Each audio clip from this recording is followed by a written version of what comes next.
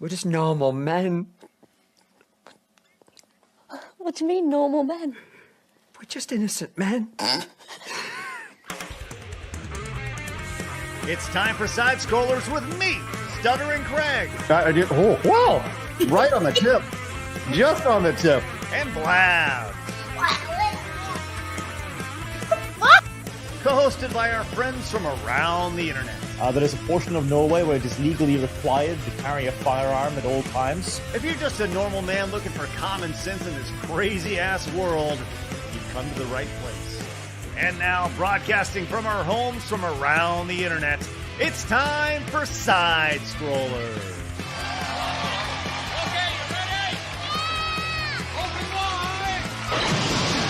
Oh, welcome out to Side Scrollers on YouTube.com and Rumble.com. And of course, most importantly, SideScrollersPlus.com. What's going on, everybody? Hey. Happy Monday, Tuesday. No, it is Thursday, friends. Here we are. Glad everybody's with us today. We have a phenomenal show for you with some great guests lined up. And we don't have a whole lot of time to waste, so we're going to get right into this thing. Hello, Blabs. Great to see you. Hello. I am actually super excited for today. I was all giddy last night, too. I was like, hee! Yes. Yeah. Giddy Blabs is a good Blabs, for yes. Sure. Stoked. Got our guest here. Let's bring in our first guest, longtime friend of the show, I believe on episode 2, maybe, perhaps. Kara Lynne, how are you, Kara? Yes, it was episode 2. Oh, boy. Well, sorry, we got big there. That's what she said. Thank you, Kara. That's good. By the way, you're welcome. I have bad news for you, Kara. We do have all of our inappropriate drops that we have. Oh yes. I deleted one of yours yesterday. We had to make space for something. Did you delete her booby one? I did. Yeah. How dare you? No, but there's this. Have you seen something? Some huge boobies. There's that one still. No, okay, that's the one I was on that was very close to being deleted because we very rarely use it. So, anyways, Kara, you're safe. Okay. I mean, I do have another one on my Twitter that's just like huge titties during all of that stuff a couple months ago. So well, if you need a replacement, I can share that with you. No. let me say this. This is probably the worst way to introduce our wonderful esteemed guest. I'm just telling you this right now.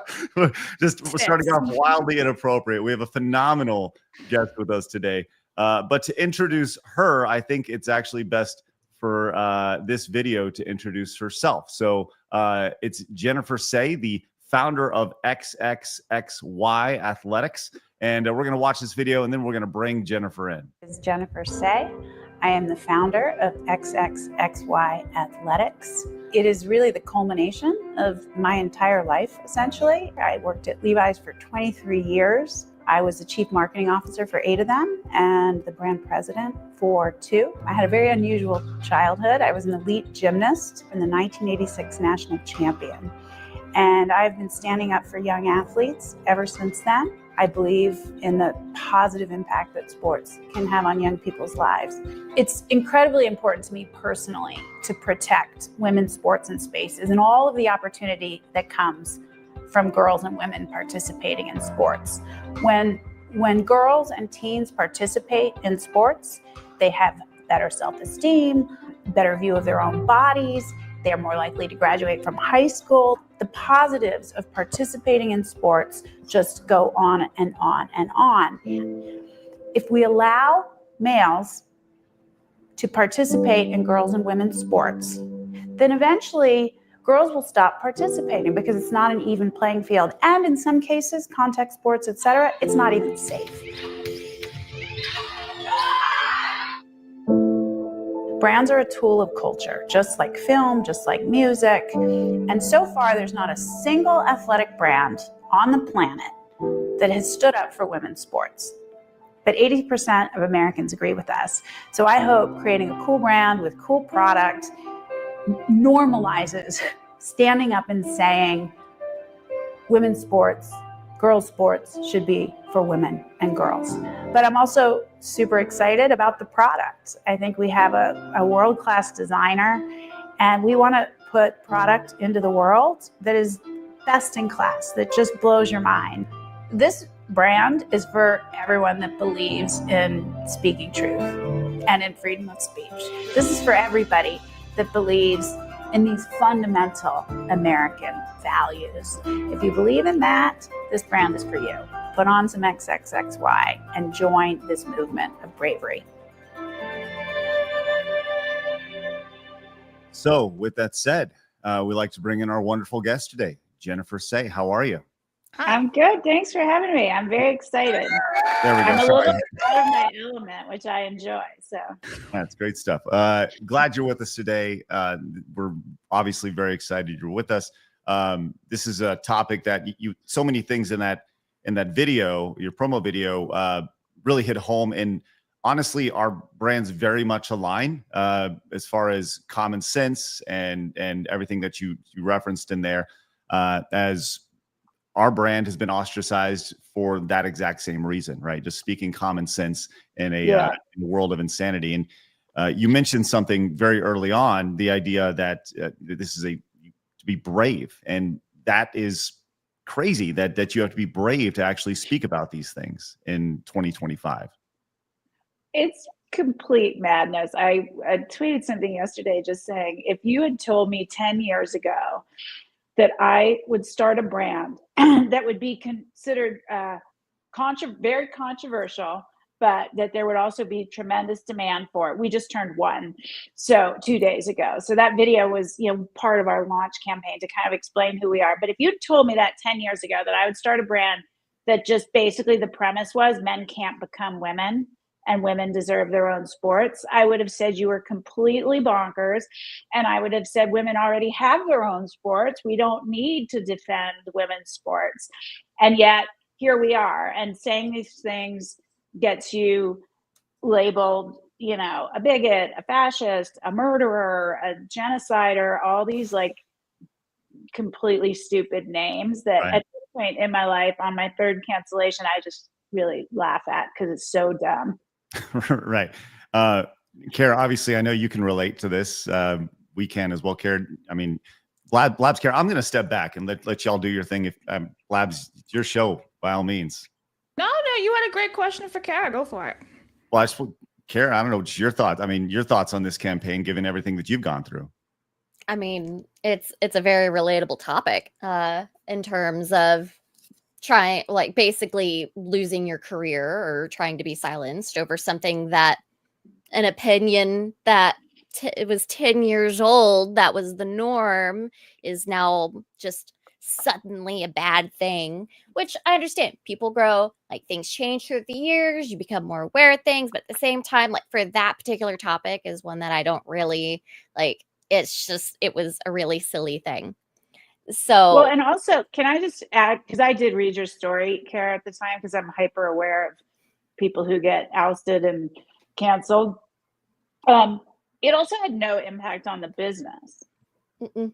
Do you know what I mean? I'm reading all these stories right now about Rachel Zegler, the Snow White gal. Have you guys been following that whole? Yes. Okay. And it is impacting the sales of the movie.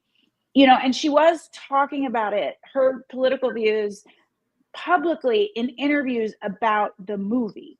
So in interviews about the movie, she would sneak in or not even sneak in Free Palestine and, all of this stuff. And I think that's very different. Mm-hmm. Out there in representing the company you worked for and saying things that were controversial, which, by the way, I feel like in your case is not even controversial, but it's relatable to me. I had just always done my job and done it well, and I had advocated, which is what you're supposed to do at work. Yeah, exactly. And I had advocated for open public schools, which is normal and should during COVID, I should say, and got me into a difficult situation in my community with people calling for my job, et cetera. So, but I don't know. Do you guys think the Zegler thing is different? No. Yeah, I do. No, I think it's completely different from your perspective and Kara's and everything. Because I'm sorry, I misread. That's like bringing politics to work, whereas you're just saying common sense. I'm excited for this game. okay, it's a video game, right? There's nothing wrong with that. Oh, I'm sorry. I'm not going to go and like say, yeah, no, trans rights and COVID and everything. No, those are different, right? Those are actually affecting people, whereas politics can just be left at home, in my opinion. Well, yeah, and if you're also out officially representing the brands, she was out officially. Yep. Her job was to promote the film. Right. That's her contract, is to promote the film. And it'd be one thing, if in her sort of side job or side time as a human, she had these views, but to do it in interviews about the film meant to promote the film, that feels like you're violating your contract to me. Also, there's like a huge difference in the scale, right? You have Disney versus, let's say, limited run games, which is where Kara works. They're not the same level, right? And also, it's kind of like Rachel Zegler saying, oh, this is Disney's stance because I am the star of this movie. I am Snow White, one of the biggest characters in the world, right? She's the face, right, of the movie. And he's basically giving the brand the whole politics. Well, this is actually... Anyway. In response, this actually ties in perfectly to what you're saying. The Son of Snow White producer Mark Platt absolutely unleashes on Rachel Zegler for ruining his father's movie. And this person was over here talking about, this person said, your dad flew to New York City to reprimand a young actress. In other words, because that any words on this, because that's creepy as hell and uncalled for. People have the right to free speech. No shame on your father. And this guy said, you really want to do this? Yeah, my dad, the producer of an enormous piece of Disney IP with hundreds of millions of dollars on the line, had to leave his family to fly across the country to reprimand his 20-year-old employee for dragging her personal politics into the middle of promoting a movie for which she signed a multi-million-dollar contract to be paid for and do publicity for. This is called adult responsibility and accountability. Her actions clearly hurt the film's box office. Free speech does not mean you're allowed to say whatever you want in private employment without repercussions. Tens of thousands of people worked on that film, and she hijacked the conversation for her own immature desires to risk of all of her colleagues and crew and blue-collar workers who depend on that movie to be successful. Narcissism is not something to be coddled or encouraged. Yeah, I had read that this morning, and that's sort of what I was alluding to. And I'm a little mixed on it, I have to say, because political speech is protected, right? And I don't agree with almost anything she says, and I think she's young and kind of stupid, dumb, and she's just naive. She's naive, and she's surrounded by people saying these stupid taglines, and she's just like repeating them. So I don't agree that free speech doesn't mean you can say whatever you want. It actually, that is what it means. That's what a culture of free speech is. But I believe she must have had a contract stipulating what she was supposed to talk about in the promotion of the film. And that's where I take issue with, what she did. And I think it was naive. And she thought, here's the thing is she just spent the last however many years with everything she was saying being what was lauded. And so she thought everyone would be on her team. Right. Well, she quickly learned not the case. And she brought politics into a Disney movie. And she also impacted the success and the sales of this movie. And that's a problem. And that fell outside of her contract, I assume. So I'm a little mixed on that statement, but I think she probably didn't deliver against the remit of the contract. Right. Well, the movie has bombed, and I think that her statements and really the promotion around the movie have definitely played a huge role in that. And it'll be a long tail recovery for Disney that they're going to make their money back on that, which will take years and years and years. But I would love to dig into more of your personal story as we go along. So you mentioned being canceled from your previous career. Can you kind of walk us through kind of how that happened and everything that went along with that, and kind of the lead into why you thought launching XXXY was a good idea? Yeah. One of the things that really plays a huge role in my sort of work ethic and identity is the fact that I was an elite gymnast as a child and was very outspoken about abuse in that sport 20 years after I left the sport, and was completely torn apart for having spoken out about that. Because you got to remember, it was before Me Too. It was before Believe All Women. It was like, you're supposed to be quiet and protect the reputations of the sport governing bodies and of these male coaches who are pedophiles, but respected. So you're supposed to be quiet. How dare you say these things? And, that was my first real dragging across the internet. That was in 2008 when all this social media stuff was new. And that was very hard to weather because I wasn't prepared, but I did get used to it, and I was redeemed in 2018 when Larry Nassar, the former team doctor for Team USA, who sexually assaulted over 500 athletes, went to prison. My redemption did not last long. At the beginning of COVID, I was very outspoken, like starting right away in March 2020 about the need for public schools to be open. And I was opposed to lockdowns more broadly, but I definitely focused on schools and the harms to children, which we have seen play out and are enduring. And of course, it was the most vulnerable, the poorest children, those children most likely to be in public schools, Black children, et cetera, that have been harmed the most. So it's increased that sort of educational and opportunity divide, which is what I was saying at the time, because the rich kids were going to in-person school and the rich people sending their kids to in-person school were yelling at the people who wanted public schools open to shut up.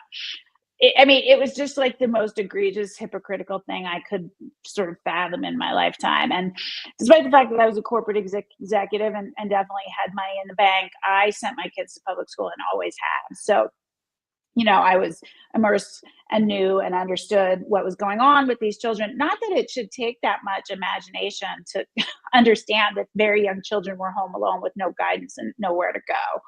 Yeah. Anyway, I worked at Levi's for 23 years, a brand I had loved since I was a very young child. I think I had my first pair at 6 years old in like 1975, and it was a coveted pair. I still wear Levi's. I just, I think they're the best jeans. And they'd always sort of stood for American values, like the best of American values, rugged individualism, all these things. And so I was honored to get a job there in 1999. I worked my way all the way up the ladder, became a award-winning, celebrated chief marketing officer, and then brand president. But when I stood up, you guys remember during COVID, like no one in March was saying we need to just open up. It was pure panic all the time.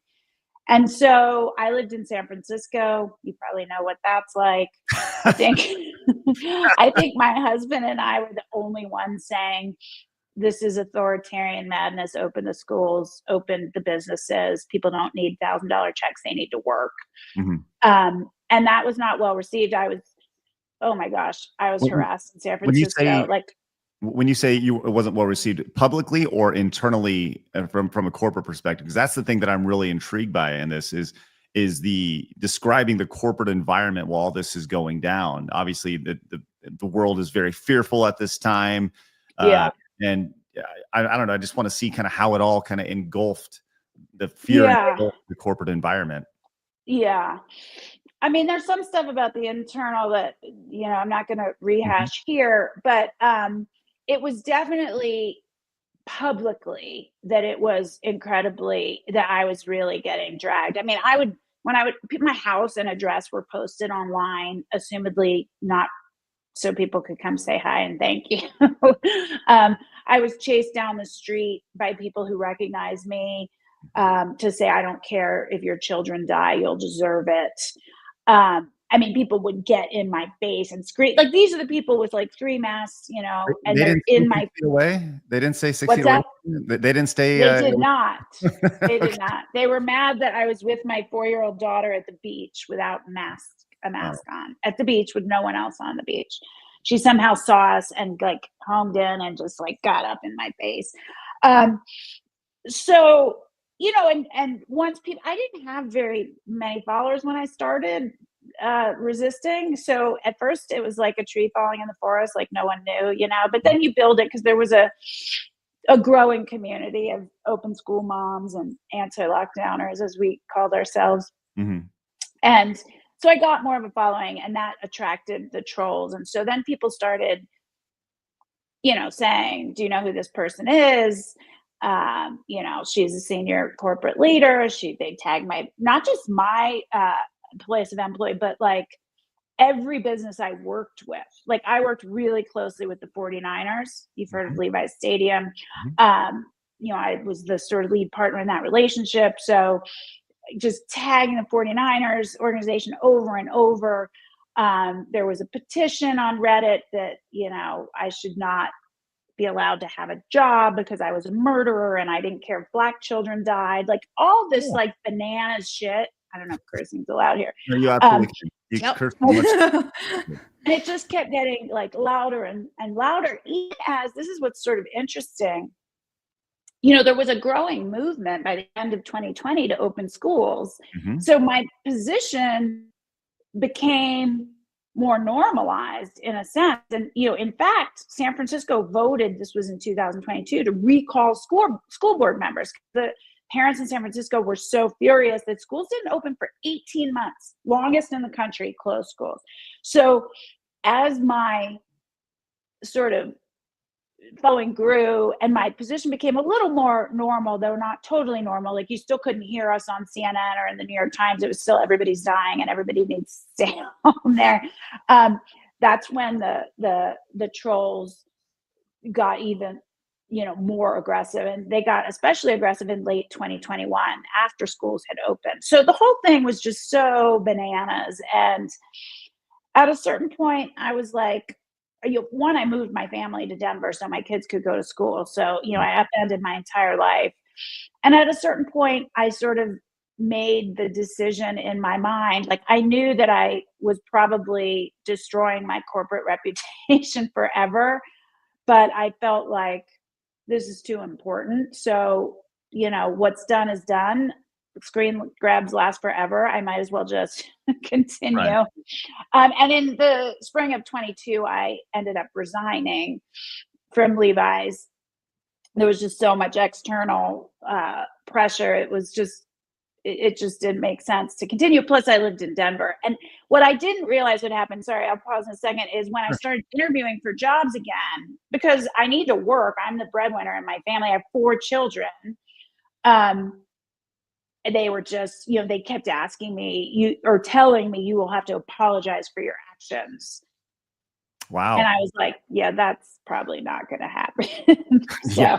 Well, good for you. I think that's awesome that you've held to your values. Obviously, I'm curious. One thing that we we don't say anything that's super controversial. Yeah. Like for me, the most controversial statement for me, my scarlet letter is that I know that boys are boys and girls are girls. Right. How dare you? I know. And I've had past coworkers distance from me. I've been called whatever. Like just having this conversation right now, we're probably being clipped and someone will talk about us and someone will say what a bad person I am or whatever. That's fine. I've been doing this for a long time. But I also get private messages all the time from public facing people saying, I love what you're doing. You're on to something good. I'd love to speak about it, but I can't. Right. Did you hear that a lot from maybe not, I don't know, just from business folks in the corporate environment? I heard it definitely starting in 2022 after I resigned, which was, covered in the media more broadly than I would have expected. I got a lot of DMs from CEOs, literally CEOs, many of whom are founders. And in case, I'm now a founder, in case it's not clear, a founder can do whatever they want. I mean, basically, like it's their culture, it's their company, it's their corporate environment. Yes, you have investors and you have some obligation, but to say as a founder, I can't do this, I'm like, seriously? It's a little different in a big established company because you have processes. The CEO doesn't just go out and say whatever he wants. He has legal and corp com and the board that he usually has to run things through. But as a founder, it definitely is sort of not like that. And so I'm also like, I have no patience for you guys anymore. I mean, seriously, if you believe that this liberalism is wrong, that censoring is wrong, that harming children is wrong, at a certain point, you need to man up and you need to say it. And, you know, to assume that I'm not the breadwinner and I'm not actually putting anything at risk either is so incredibly sexist and ridiculous. I can't even address it. And so I used to sort of take heart in those sorts of DMs, and now they really piss me off. Right. It's like, hey, how about you suck it up, Buttercup? How about you join the movement, right? Just stand up. We're the majority. If the Yes. silent majority would stand up and join us, this would all be done. Agreed. Yep. Agreed. Kara, Blabs, you guys got anything before we? Sorry, guys. You gals got anything? Before we, Guys is gender neutral. I It's know. okay. Sorry. Yeah. Well, Kind of how dude is gender neutral. that's right. You dudes got anything before we move on to talking about XXXY? Actually, I kind of had a bit of a question, but it kind of relates to later on too. But I'll ask it now. Have you seen the stuff going on with the University of Sussex in the UK, facing fines with like a free speech, but it's about trans people? Have you seen For that? censoring the academics and the professors. I haven't read in great detail, but I mean, the UK in general, I think, is a hotbed right now of censorship. And so it's not at all surprising. What is actually surprising is that they are being fined, because the laws generally support censorship in European countries and the UK, and it's a criminal offense, I think, to misgender. I'm quoting that because I don't think that's a thing. With this. To speak true. Oh, for sure. I'm glad. They need to be punished for it. Yep. Yeah. Well, look, there's a lot of craziness going on in the world, right? And we all understand that. We all see it. So you, as you were applying for these other corporate positions and looking for, you know, other roles, ultimately it sounds like you were like, well, why don't I just do my own thing? And that's how XXXY Athletics came to be. Is that correct? Yeah, that pretty much sums it up. I mean, it wasn't like, why don't I just? It's like, oh, I'm going to have to do my own thing.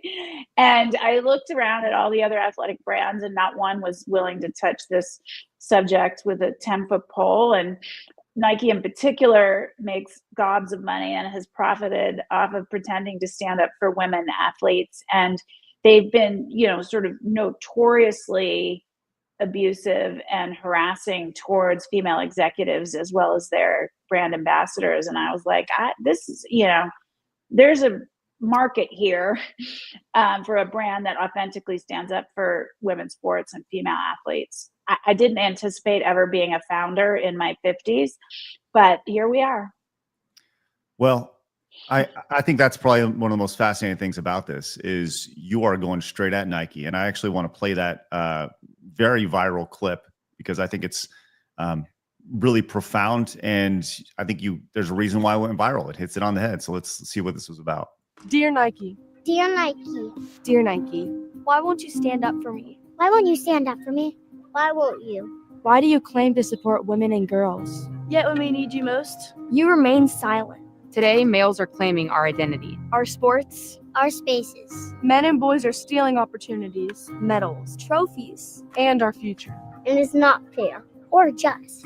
In fact, it's often dangerous. Yet you refuse to use your platform to stand up. You say you're for social justice and progress. So why do you allow men's rights to come before ours? See, with a big platform comes an even bigger responsibility. You have a chance to do the right thing. Not just do the easy thing. So we're asking you, Nike. So we're asking you, Nike. So we're asking you, Nike. As the biggest voice in all of sports. Will you stand up for me? Will you stand up for me? Will you stand up for me? Will you stand up for me? Will you? Will you? Will you just do it? Pretty powerful stuff. That last bit with the little girl, will you just do it? That's good. That's good. So cute. Yeah, she was the little gymnast in that earlier video you showed too. So have you heard a response from Nike? Because I mean, you're going straight for the head of the snake right there. You know, we launched that. Gosh, I think it was last October on 10/10 or XX Day. I think that's when we launched it. I think it's had over 13 million viral views. We've had several viral videos, so I'm getting the views sort of conflated on some of them. It's not an uncommon strategy for what's called a challenger brand, you know, an upstart brand to go after the big guy. as a big guy, you don't acknowledge little guys because that would be beneath you to sort of even know that they exist. So, but it's not uncommon for upstart brands to challenge the big guys. And I just have had a personal, I just am so offended by the way they market female athletes when I know, and it's not just that I know from behind the scenes, I mean, it's been in the New York Times, the way they treated Allison Felix, the way they treated Mary Kane, a young runner in their Oregon running project, which ultimately had to be closed because of the way they treated this girl. They abused her to the point of she wanted to commit suicide. This was the best young runner in the world. And then, female executives who were abused and harassed. And I just really, it makes me so angry, and they are the biggest name in sports. They are twice as big as the NFL. They are 4 times as big as the NBA. If they did the right thing here, it would be done tomorrow. They have that much power and financial influence. And so I just resent their hypocrisy. So we decided to do something and kind of go right at it. We have not heard from them. And I will tell you, if I was at a big company at Nike or my old job, I would pretend I didn't know about it either. But I guarantee you, they know about it. And in fact, that was confirmed about a month and a half ago. Bill Ackman, I don't know if you guys know who he is, the big sort of financier, private equity guy. He discovered the ad about 4 or 6 weeks ago. And he was like, this is amazing. I'm going to talk to the CEO about it tomorrow. So he tweeted that. He said, I'm going to talk to the CEO, Elliot Hill, about this tomorrow and what they're going to do about it. And he's this guy that's been sort of red-pilled. It started with October 7th, and he's Jewish and all that, but it then has kind of led to all other things, and he's endorsed Trump and longtime Democrat, all of that. So he says, I'm going to talk to Elliot Hill. The next day, after he spoke with him, he revealed a bit too much in a tweet about that private conversation. He said, they do know about the ad. They don't want us to know that. And they will have a response shortly. And then he took that tweet down about an hour later because I assume he got a call from Nike saying, dude, that was a private conversation, which I kind of agree with. What are you doing? But so, yes, I know they know about it. I think their response was their Super Bowl ad. Did you guys see their Super Bowl ad? I did see bits of it, yes. I did, yes. It was a 60-second ad featuring like all their star female athletes, like Caitlin Clark, a bunch of others. I don't totally know who they all are. It doesn't matter. Caitlin Clark, Jordan Childs, who's a gymnast.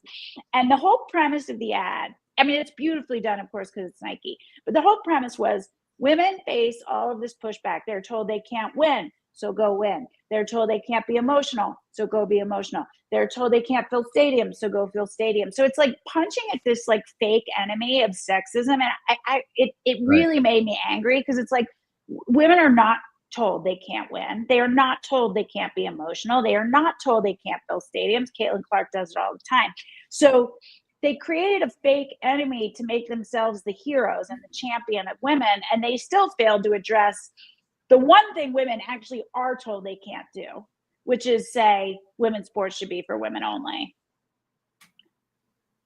So you're right. It felt like a victim mentality for sure. Yes. And it also just felt like, I don't recall. Things were true 20 years ago. I mean, when I was a kid, there were things I was told, that's 40 years ago. I was told girls aren't good at math when I said I liked math. Like, it's not that it never existed, but it hasn't existed. It's like they were in this like 1992 era of feminism. You go girl feminism. It was just old and false. Anyway.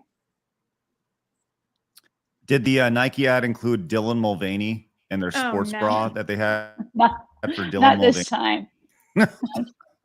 Yeah, what are your thoughts on Dylan Mulvaney? Okay, sorry. Wasn't quite. What are your thoughts? Well, I think he's a giant piece of shit, to be honest. That's what I think. I think he's an attention little whore, and he's just shitting all over women and being like, this is a stereotype of women, and he's just running with it. I think he's trash. Yeah, I mean, if female stars behaved the way he does in such a retrograde, stereotypical, prancing around, you know, oh, I cried 10 times today and I bought stuff I couldn't afford and that stupid pink gingham book. It's like such a retrograde idea of what it is to be a woman. If any woman did that, I think they would be torn apart, but somehow he does it and he's a hero. Applauded. He's lauded over it. So I hate that. That's the first part. I think he's a gay guy who saw an opportunity, you know, basically. He was always a performer. He never hit it big. This kind of worked for him. I will say, you know, and he's obviously at the center of the Bud Light decline and controversy. I blame Bud Light for that, though, not him.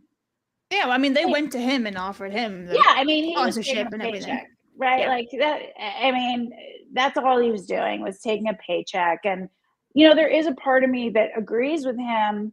Sorry, I don't do the fake she, her. I don't know what you guys think about that, but there's a part of me that agrees with him that, you know, Bud Light offered him money to be an endorser, an ambassador, whatever. And then the minute there was controversy, they abandoned him. And I feel like that would not fair either. It's kind of shitty. Like, if you think this matters and you're going to draw new consumers, which we clearly saw that they didn't, it really ruined the value of their brand, showed a real lack of understanding of who their consumer was. And it was really dismissive and disrespectful to their actual consumer. But if you're going to do that and you're going to go out on a limb and you're going to go, I stand with you, and then you abandon that person at the first sign of pushback, then you're really horrible. Yeah, you don't have conviction if that's how you behave. You know, you don't actually believe in the things you believe in. Which we knew they didn't. Yeah. They saw it as a financial opportunity and they miscalculated. We see this all the time with brands where they want to make this big profound statement, and as soon as the wind blows the other way, they just go, well, yeah, now we're on this side, right? And because it always comes back to money. Do they just want to make as much money as they can? And that's fine, but don't guise it as some sort of purpose or goal. Yeah, it's woke capitalism. That's what I call it, and I write about that a lot. My book, Levi's Unbuttoned, is very much about that. It's not just, you know, about my 23 years at Levi's, but about all the woke capitalism that has taken hold in the world. And it really is just a marketing strategy. And I can't believe anybody ever fell for it. But I'll tell you, the leaders in the C-suite, they think they mean it. So there's like all sorts of self-delusion happening too. And they see it really as a way to kind of launder their reputation, if you will, because mostly they like money. They wouldn't have chosen to go into business and to kind of rise through the ranks. And, you know, mostly that's what they care about. But somewhere in the last 10 years, that became not laudable anymore, but despicable, right? To have a lot of money, you have to disavow your privilege. And so they saw this as a way to kind of launder their reputations because they like money and they like being liked. They want their young employees to like them. They want their woke children to like them. And so they pretend they're social justice warriors who also make $30 million a year. Like, it's the dumbest, like, why the world ever bought it, I don't really understand. But the world did buy it, and so then they believed it about themselves. It was like this self-fulfilling prophecy, and now the world's not buying it anymore, and they're all abandoning their woke principles. Well, woke capitalism, I think, perfectly describes the video game industry and then in the industry that we talk about. And I mean, Kara, I see you shaking your head. You know about this probably better than anybody else. You first and foremost, before we get into some of these examples, Kara, do you want to provide your personal thoughts on this, the idea of woke capitalism in gaming? Oh yeah, a lot of them will say one thing behind closed doors. Yeah. About their belief, like, oh no, I agree with you on this, but the moment something goes public, it's just like, oh no, you're bad. Sorry, bye. You can't affect my dollar bills. Like, So it is. That's awful. exactly how it is. I didn't know people were that weak. Two-faced? Oh, I didn't really know. I mean, I sort of knew, but I didn't really know. Not until you experienced it yourself. Then you're like, okay, well, like, you're not as brave, and you don't have the conviction that you say you do. You don't actually believe in these things. You're a coward. They don't have any conviction. I saw a comedian recently who was joking about his own weakness during COVID. And he said he realized about himself during COVID that he would have been, during World War II, the one going, and Frank lives over there. She's right there. That's where she is. And he was joking, but not really joking. Look, when I spoke out about abuse in gymnastics, my own teammates came after me. When I say teammates, I mean people I grew up with in my private club, as well as my Team USA teammates. So I did sort of know, but the intensity during COVID of people turning in their neighbors, calling the police on their neighbors. My family had we had the police calling us, for gathering together in a park. You were only allowed to be one household. And because I have 4 children, people thought we were more than one household. So they called the police on us. And, very sort of East German Stasi style snitching. Yeah. And I was sort of stunned by it in the beginning. And now I realize it's just human nature. And I think people have always been like this. Yeah. People are giant weenies. Maybe that's the best way to say it. So we have compiled, we've talked about this briefly before the show, but the video game industry is a very powerful industry. More revenue than movies and TV combined. It's a big player, right? And it affects a younger demographic. Right now, that demographic is getting older, right? As people my age who grew up playing video games, they're now still playing games less, but it still adds to it. But we've seen a tremendous push in the last several years. I've said this, I think that the video game industry may have been the first to incorporate, the whole woke aspect. I think it'll be the last industry for it. And we have some examples from some recent examples that I wanted to get your reaction to. Have you heard of a game called Dragon Age: The Veilguard? No, I don't know anything about video games. And when you guys asked me to do this, I was like, oh my gosh, holy shit, I better study. And then I was like, that's dumb. I'm just going to respond in real time. I have never played a video game except maybe Pac-Man in 1976. And I have 4 children, 3 boys who also are not super into video games. But, I'm going to do my best. So no, I don't know the game. Okay, so Dragon Age is a very big franchise, and they had a game that was released in the last 6 months, and it had a lot of controversy built around it for reasons like this. There's character customization features where you could actually have, you could choose they, them, non-binary pronouns, and players can now customize female characters' chests and add top surgery scars. Here's an example of this. He, him, she, her, and they, them, and then your gender is man, woman, non-binary. Love that. Love the inclusivity. Top surgery scars are also included in this for all of our trans and non-binary rooks out there. I absolutely was blown away by this. It's beautiful to see the inclusion in the game and to see yourself represented. So that is a common theme. And once again, it's championed online and laughed at by 80% of the world, like you mentioned. So there's that. First and foremost, trans scars in a video game. By the way, Kara, maybe you can speak about the time period that this game is supposed to take place in. This is a medieval fantasy game. Yes. I can't. Yeah. So can I ask you a question about the industry? Please. Because I know there's, 2 out of 3 of you are women, but I would have imagined that the industry was very male. I'm not talking about the players. I know more and more women are playing. I'm talking about the people internally inside the company. The developers. The developers. Is it not true that that's the vast majority are men?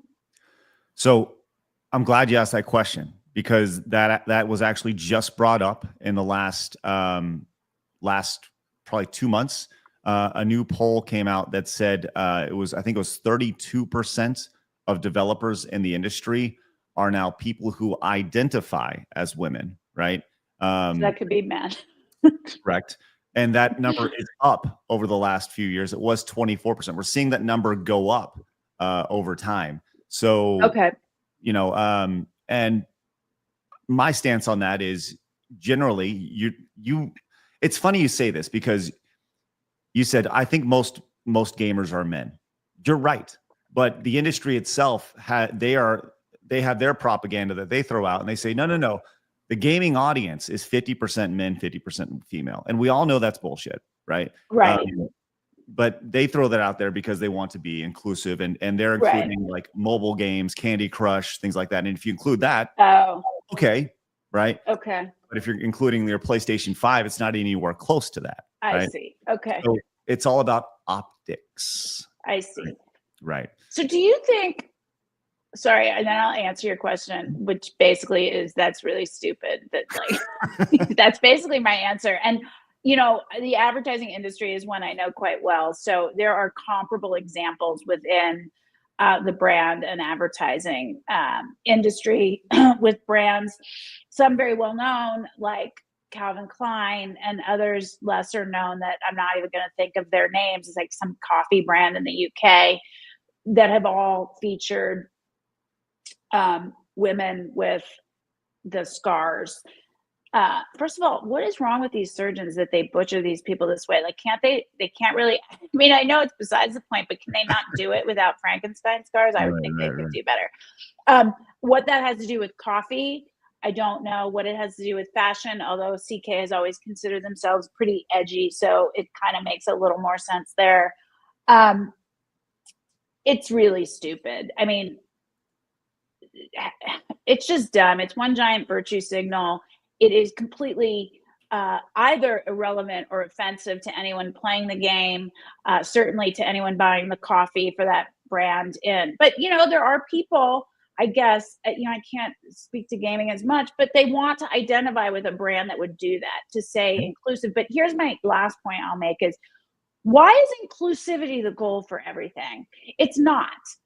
It really isn't. If men play video games and men love video games, then market those games to the men that love the games. I get that if you want to grow the market, you might need different games that maybe women would like, but like, and it's marketing 101. Jennifer gets it. Why video game industry? Jennifer gets it. I don't do get it. Inclusivity as the goal for everything is my biggest beef with the everything, but with specifically the non-athletes who are saying men need to be able to compete in women's sports. They don't say it that way, as you know, because of inclusivity. Guess what? Competitive sports are not inclusive. Competitive sports are exclusive. Not everyone makes the team. Not everyone gets a medal. Not everyone is a welterweight if they weigh in as a heavyweight.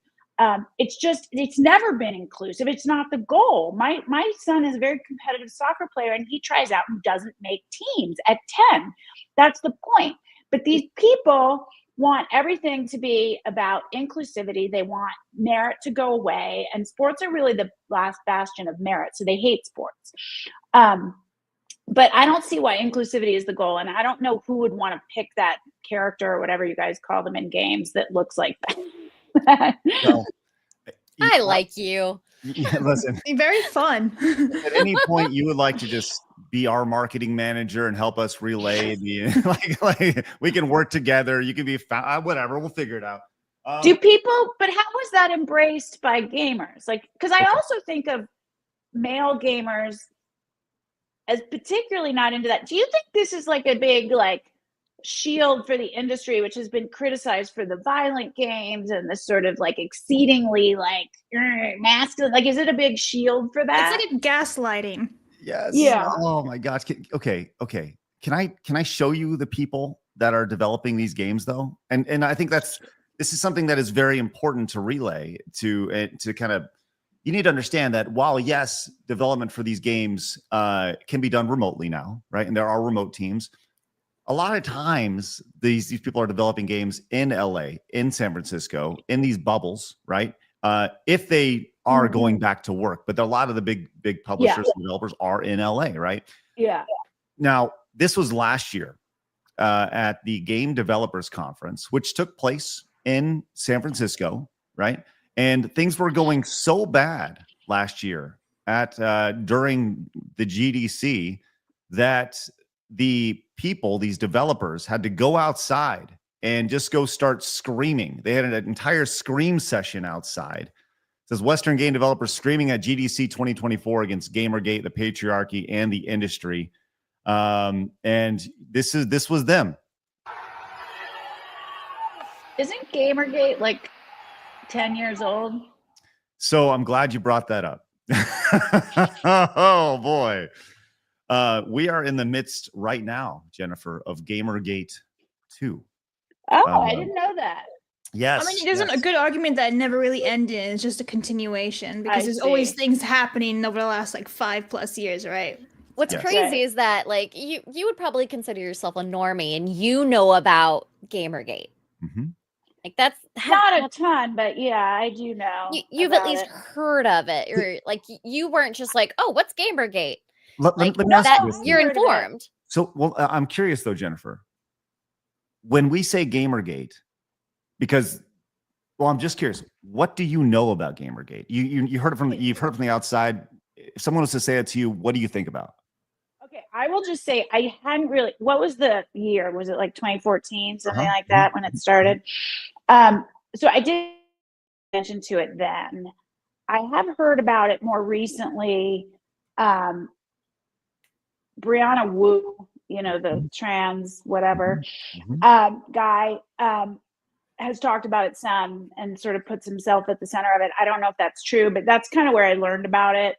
You know, he's been on some of the shows that I listened to. So I learned about it kind of late in the day, you know, late in the late, I'll admit. Although I heard sort of in a really cursory fashion back then, but didn't dig in and didn't read about it because I just didn't care really. Sure. And my understanding at the core, it was just a push for more female developers and more women inside these companies. Is that not true? Okay. That's awesome because Did I get it totally wrong? yes. Okay, good. Okay, tell me. Well, no, because you got what Wikipedia tells you. You got what the public narrative is. But the reality of Gamergate was that it was built entirely around video game journalism and ethics in video game journalism. Because really what it was built around having accountability in video game journalism and making sure that people speaking that your journalists weren't one girl slept with 5 guys, and there's a meme about 5 guys and Gamergate and stuff. And the long and short of it was they all got pretty good scores, right? So people found that as they wanted accountability for people who were writing and talking about games. Wait, I just want to make sure I understand what you just said. Yes. One girl who worked developing a game slept with 5 journalists to get good reviews of this game. Is that what you're telling me? I know this sounds silly to you. No, it's just crazy. Yeah. So fast forward 10 years, and yes, Gamergate has kind of always been there underlying. So last year, actually about this time, what happened was there was a game that was specifically there's a company that is a consulting company, and they were kind of signaled as this company that is built around their job was to come in and more or less provide the woke stuff and add diversity to games. Right. And this whole flare up again in the last year started because a guy from Brazil, his name is Cabrutus, started a group on Steam, which is like a PC platform you can play games. Yeah, I know what that is. Yeah. So he created a group that just listed all the games that were publicly available on their website and said, like, I'm not going to play these games. And one of the persons who worked for that company started harassing Cabrutus and doxing him and putting his information out there. And it was a tremendous harassment campaign by that person. And publicly, the game's journalists, the game's media, and I know this all sounds insane, but this is the industry that we're working in. The game's media talked about how Cabrutus, the guy who created this group, talking about how you shouldn't play these games. They totally left out the part about how this employee was harassing them, and they framed it as a harassment campaign against this company, which it was the complete opposite of, which led to the idea of these journalists, one in particular, just totally omitting facts to spin a narrative. And right. that's where we're at right now with all this. And it's been an ongoing thing over the last year. Listen, the video game industry. Yeah, go ahead.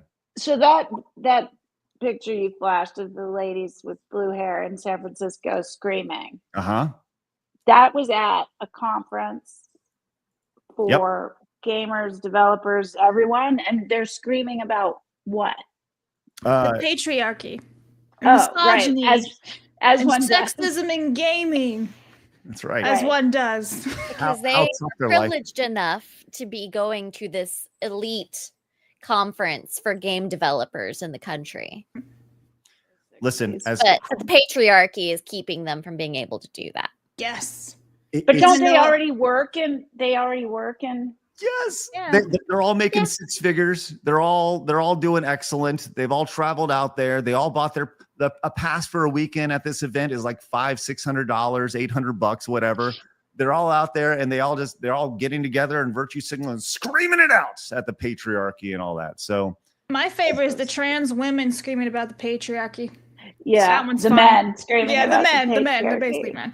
My favorite, this is not a gaming thing, but yeah, in the last, I don't know how many years, there have been 2 CEOs that are trans, one in this company and one in this country and one in like Sweden or something.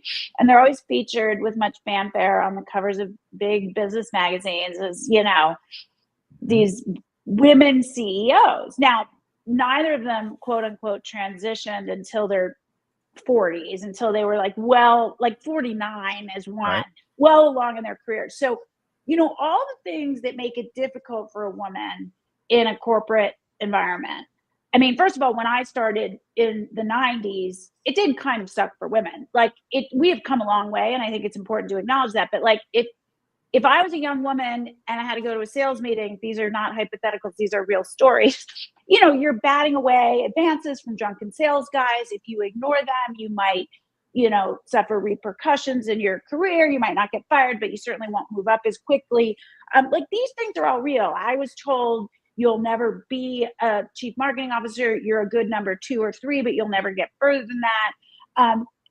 I have no doubt that I was told that by 2 men. They were both wrong. And, there was some sexism related. This is the early 2000s, Mm-hmm. So it's not that it wasn't real. And then I had 4 children at work, which, can set you back. The first one, we had no maternity leave. I got 6 weeks and then was just back at work, a total hot mess, because I just had a baby, got more mat leave each time.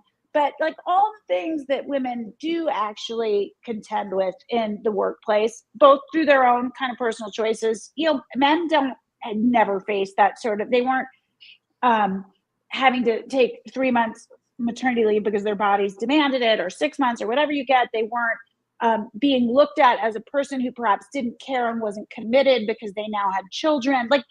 None of these 2 men who decided to be women at 50 years old dealt with any of that. They were just dudes who moved up the corporate ladder, and then they get to be, who are, average CEOs who now get to be touted as women CEOs. That's right. It's pure madness. Oh my God. Sorry, I'm done. No, you know what? It's so fun. I love it. Yeah, it's great. It's refreshing. Talking to you today has been kind of therapeutic, if you will, because talking about the video game industry as a whole, it's a wacky ass industry. There's such an agenda that's pushed in so many big companies in the industry, and it's a trickle down effect, and it does affect culture. Can I ask you a question? Can I ask you guys a question? Yeah. So, because what you're showing me, the scars and all that, and I'm sure you have a million more examples.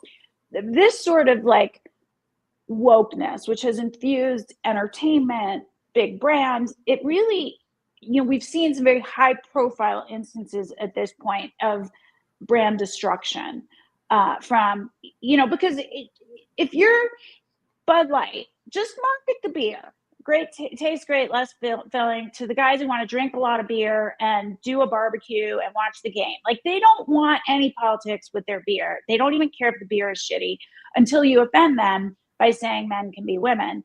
And they'll just go find another beer that's not that great because yours wasn't very good to begin with. So that brand has been completely destroyed by one little social media effort. Then you have everything that's going on with Disney, whether it's this latest with Snow White, with outside of what's her bucket, Rachel, there's just wokeness infused into the movie, is my understanding. I haven't seen it. We saw it with Toy Story, the latest iteration. So, you've been seeing it with Disney, and all of this children's entertainment, and people are rejecting it, and these brands and these businesses are struggling. Target's another good example, and they've pulled way back. Is the gaming industry not seeing this? That it's like, focus on your mission, your core consumer, making fun, entertaining games. Get rid of all this shit or you're going to destroy your company and the industry. Do they not see it yet? Because I feel like broad mainstream entertainment is starting to understand it. One thing I really think is going on is we're in the age of the bullies are going in and bullying out the veterans. And then they aren't learning anything from these veterans who have actually put in the work, who have actually built what we love. And they're just like, oh no, I can do this better. We don't need you anymore. So like, get out. And so we see all these things that have been bastions in different categories that are just starting to fail because all of these people who think that they are like the holier than thou, or they know what's right, or they think that their community is bigger than it actually is because they're in their bubble. They don't actually have a general understanding of what the world is actually like. Yeah, I mean, that's the Bud Light thing, right? Like that woman, whatever her name was, the head of marketing, was in her bubble. Everyone she knew agreed with her. She was like, this will be great. And she violated the first rule of marketing, which is you want to keep your core consumer and gain new ones. And to keep the core and gain new, you have to find something they have in common that can appeal to both and not abandon that core consumer, which is what she did. But I guess my point is, so I would, that sounds very familiar. And I've seen that in other sectors in corporate America. And I think we've seen it in entertainment. But is the gaming industry not seeing declines in doing so? And is it going to happen that they're going to have to pull back and realize the error of their ways, or no? So let me provide you a quick example of this. Lara Croft is the I've heard of that. Yes, lead character of a franchise called Tomb Raider. Tomb Raider. And Tomb Raider, big franchise, had a couple of movies made. Angelina Jolie starred in it, right? This was Lara Croft on the left. I'm going to show you this in a second. And then this is her updated model. We've seen a tremendous push of androgynous characters. I was going to say she's hot before and not hot after. Yes. Right. And you can see it here, left on the left. And here she is on the right. Right. And you're asking if there's been an impact of this. Yes. Tomb Raider fans who grew up with Lara on the left are emphatically rejecting this on the right, to the point to where the company that's producing this, Crystal Dynamics, just laid off 17 members of their team. Right. Right. And this has been a reoccurring theme over the last several years. Now, to be said, there was tremendous bloat. There is tremendous bloat in the video game industry right now. Everybody invested in gaming during COVID. And I know you got to roll, so we're going to wrap this up real quick. But you can see that in 2020, they dropped 8,500 people fired. 2023, we had 10,000 people fired in the industry. Last year, we had almost 15,000 people fired within the industry. Wow. So people are getting axed left and right, and people are losing their jobs because they've dove into this. We saw one of the biggest failures in the history of video games last year, a game called Concord, which was ripe with, it was an unoriginal game that was ripe with wokeness. It had a stable of almost 20 characters. One of them was a white guy, and everybody else was like a robot and a they them. And it was emphatically rejected. It was a hundreds and hundreds of $million loss for Sony, and it was the biggest failure in video game history. So yes, there is pushback on these things. But the thing about the video game industry is that it takes several years for that adjustment to be made, because these games are produced over the course of 2, 3, 4 years. So that totally makes sense. Right. The pipeline is so long. I mean, I've mentioned this in corporate America. I mean, in apparel, it's 13, 14 months, the pipeline to go to market. And so, and then you start having the conversations in the executive room, but you've got all the woke young employees who are still on the path and saying it doesn't matter if we don't make as much money. They're stupid because they're going to lose their jobs. They don't realize that. But by the time the message gets from the boardroom down to the employees, it's 2 or 3 years. Right. And so there is a long tail. unless you have a situation like Bud, where it's such an emergency that the CEO just says, we're not doing any of this anymore, and completely pivots back to a normie guy message. So I see what you're saying. Who do you think would play that new version of Lara Croft in a movie? It certainly wouldn't be Angelina. Ezra Miller. Yeah. Oh, no. Oh God! But he's Elliot so Page. Yes. Oh, the answer there, because Elliot, or the other one, Ezra Miller. I mean, he's like a serial rapist, isn't Yeah. he? yeah, he's weird. Definitely weird. We don't know all the stuff yet, but he's whoa, and he's ruined Warner Brothers. So shout out Ezra. Yeah, exactly. They stood by him at first, but I think everybody stopped because it's too Yeah. weird, like false imprisonment and drugging minors and like all kinds of crazy shit. Well, we know you have to go. You've been with us for an hour. So that was fun. Yeah, thank you very much. Do you want, can you tell everybody where they can find you and where they can support your mission? Yeah, absolutely. We are at xx-xyathletics.com. An easy way to do it, we have like a vanity URL, which is thetruthfits.com.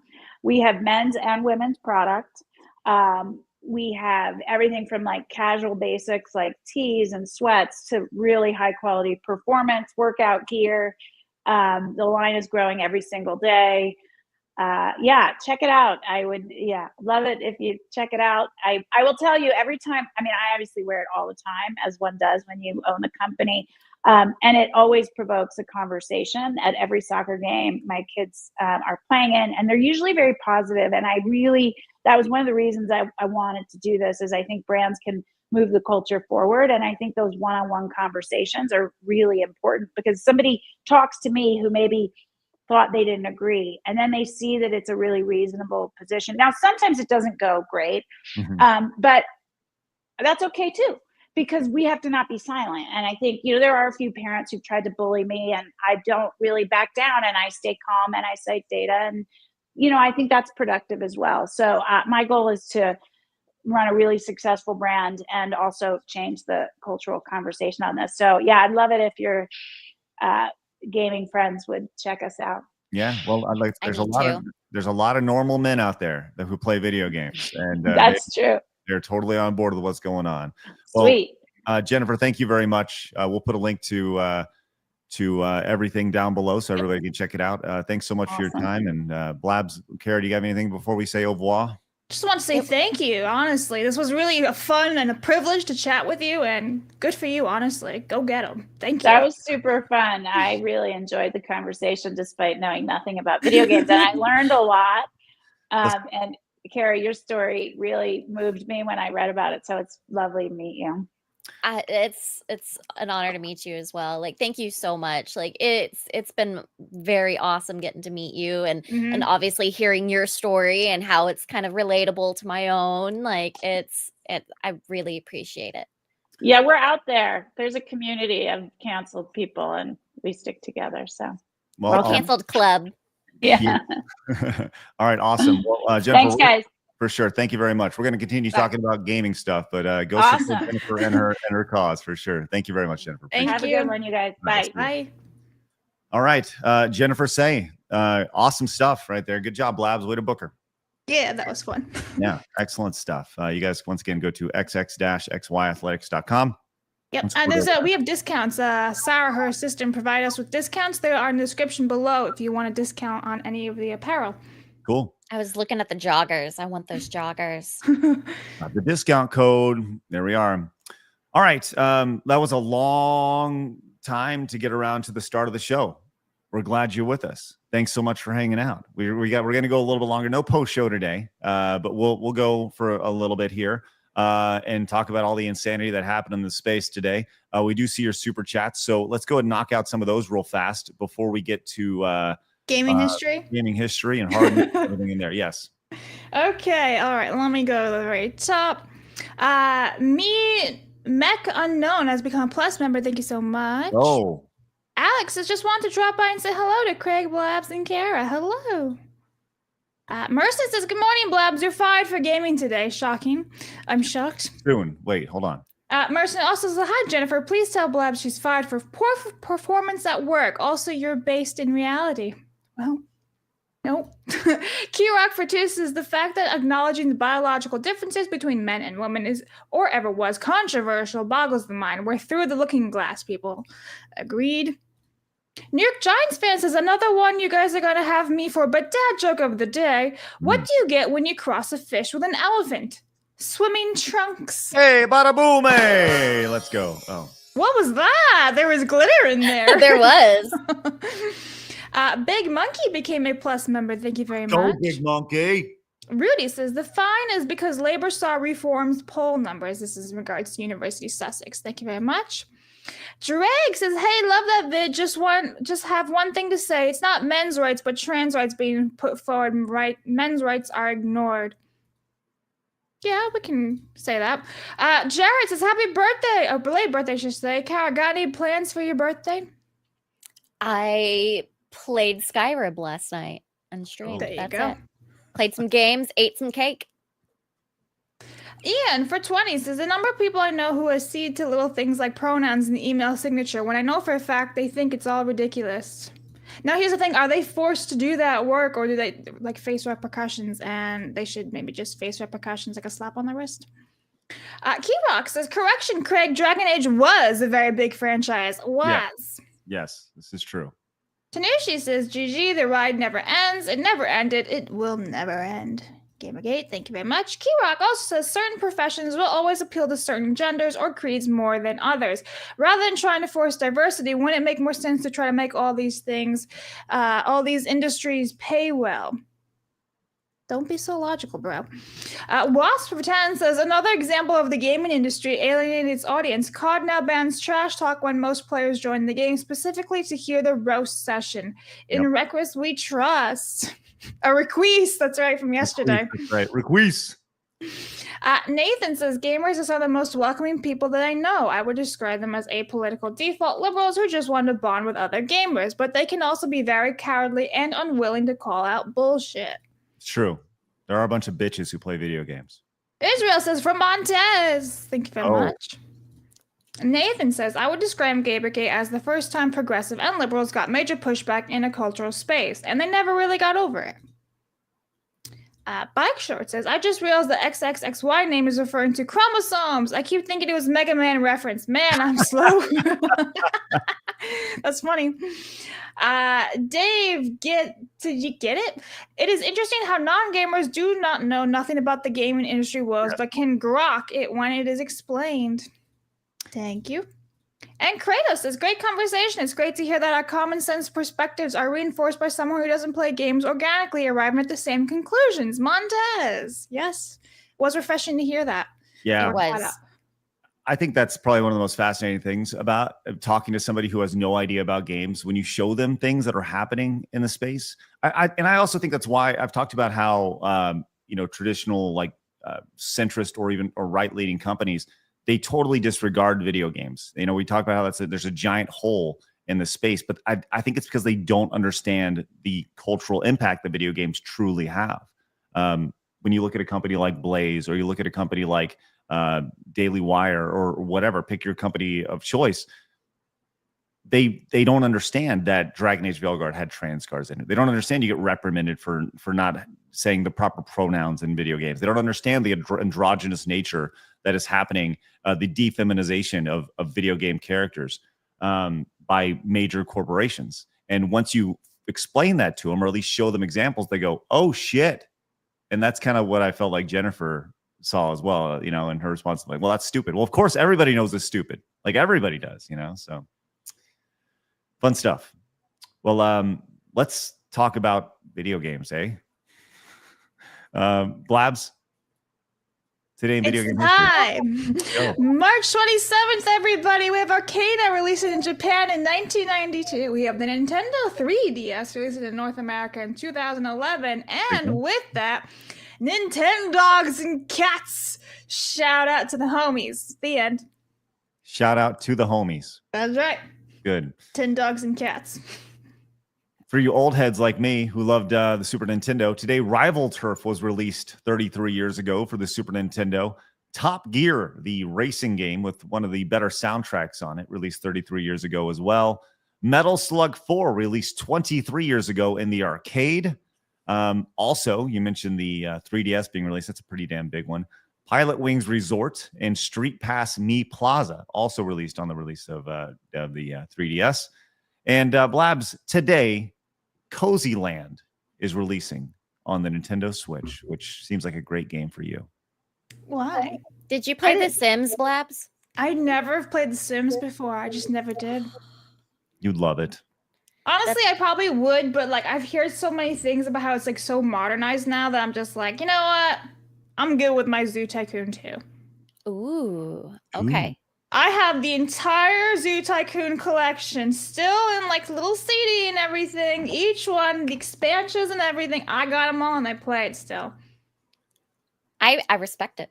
Thank you. I respect it. Thank you. You and Josiah Rises are like the only two people who respect it. I loved Zoo Tycoon and like Roller Coaster Tycoon. Yep. Like I love all like the simulation type games. So like there's a game coming out today called Enzoy, I think is how you pronounce it, which is more like a new version of The Sims. Okay. But without all the bullshit from Nintendo then? It's a Asian. So I mean, it'll probably be, huh? Well, The Sims isn't Nintendo, Blabs. No, I'm saying all the bullshit, like without like no modernization. It's gonna be from one of the Asian companies, so it's not gonna have all the bullshit that Sims has. That was my point, Craig. I hope so. I haven't really seen a whole lot of gameplay for it yet, but it comes out today, so. I've been really doing Jurassic World Evolution again. Like I take breaks from it and then I go back. Those games. Dude, it's so freaking hard. Jurassic World Evolution 2. If you saw my live stream last night, I raged for a little bit because I went bankrupt and I failed the challenge. Yeah, great. Do you play? Suck. So if you like those types of games, have you played 2 Point Museum? No, what is that? I mean, it's like a museum simulator. So you're like building up, like, have you played like 2 Point Hospital or 2 Point? No, Campus? I've not heard of these. Those are really fun. They've got kind of good humor in there as well, but it's kind of simulated. Like you've got to like build up this museum. You send out your little workers out on like expeditions to different countries, and they go and like Indiana Jones some shit, and they bring stuff back, and you make your exhibits better. And I played it. I played it for a little bit, and it's a lot of fun. I might have to check it out then. Yeah. All right. Craig's like, whatever. Women here to talk about is games. Yeah. Right. Yeah. Women be talking about video games. There you go. Very specific. Don't oppress us and our love of simulation games, Craig. That's right. I'm going to send my T-Rexes after you.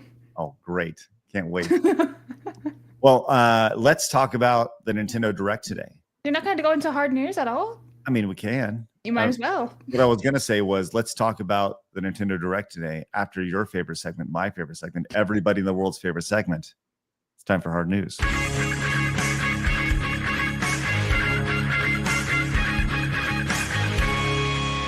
Hard news. All righty. We are here. We saw this announced yesterday. It was leaked that it was going to happen, but nobody knew until Nintendo said, hey, we're making it happen. And they said that yesterday. Tune in tomorrow, early in the morning, 7 a.m. Pacific. That's 9 a.m. my time, for around 30 minutes of upcoming games for the Nintendo Switch. There'll be no updates about the Switch 2. Well, guess what? They announced a bunch of fun stuff during this. Kara, did you watch this presentation? I did. Ooh, okay, great. Looking forward to going through some of these things. Let's start off with probably the most intriguing, a couple of features, not necessarily games, but features they announced for the Nintendo Switch, which I think this is actually kind of interesting. The new virtual game card feature that lets you easily manage your digital Nintendo Switch games, including lending to your Nintendo account family group members. So let's see the trailer here and let them explain it way better than I can. With game cards, you can put a game featuring Mario in this Nintendo Switch system and a Legend of Zelda game in this one, freely inserting the games you have on hand into any system you want. But what if digital games could be as flexible and convenient as game cards? Well, here's what we came up with. Introducing the virtual game card. In the future, virtual game cards can be used for digital games.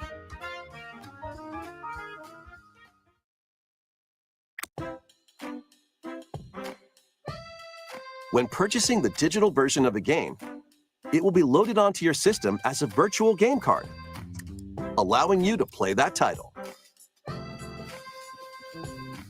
Your digital games will be lined up as virtual game cards on a dedicated management screen. Here, you can load and eject your virtual game cards and manage which games you can play on your system.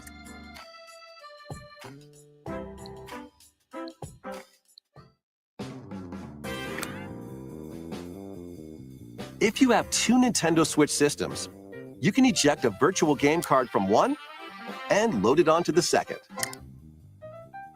Now you can play this game on the second system wherever and whenever you want, just as if you had inserted a physical game card. With virtual game cards, you can freely load and arrange which games you play on up to two systems. Local communication with your second system is required, but only the first time.